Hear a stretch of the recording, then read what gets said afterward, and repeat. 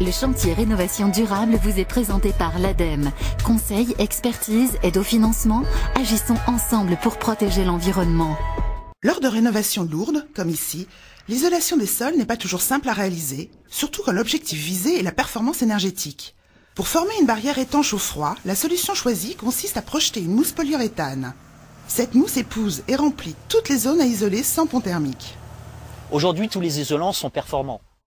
L'enjeu, il n'est pas sur la qualité de l'isolant, il est sur la suppression des ponts thermiques. Parce que la réalisation de poses d'isolants font que dans les angles, à différents endroits, vous avez toujours des ponts thermiques. Seul un système de projection d'isolant permet d'être totalement étanche.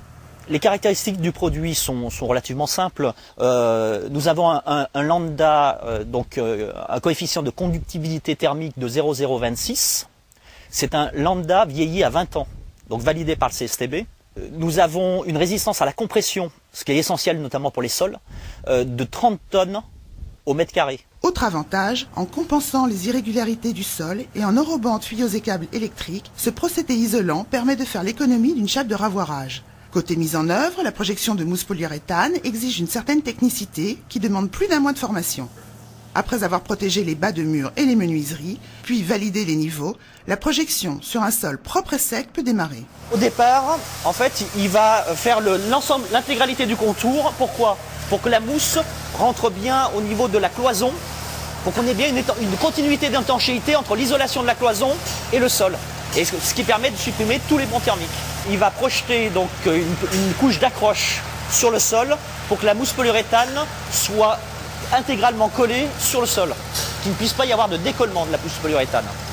Une fois qu'il a réalisé donc cette couche d'accroche, il va projeter la première couche d'épaisseur qui va se situer environ de 2,5 cm. Ensuite, une fois qu'il aura réalisé sa première couche, il va attaquer la deuxième dans le sens inverse pour pouvoir les croiser et avoir une parfaite résistance à la compression. Une fois projetée, la mousse se solidifie immédiatement. Elle est ensuite poncée pour assurer la planéité du support nécessaire à la pose du circuit de chauffage. L'isolant est fabriqué sur place avec un équipement spécifique. Le premier camion revient à peu près à 100 000 €. Donc oui, c'est un investissement, mais après l'investissement, bien sûr, a une vraie rentabilité sur le temps, à partir du moment où vous réalisez environ 12 chantiers par mois. Pour isoler les centimètres carrés, plancher haut et bas, une seule journée à 2 techniciens a suffi. Vous retrouverez les détails du devis associé à ce chantier dans le numéro d'avril de l'Entrepreneur.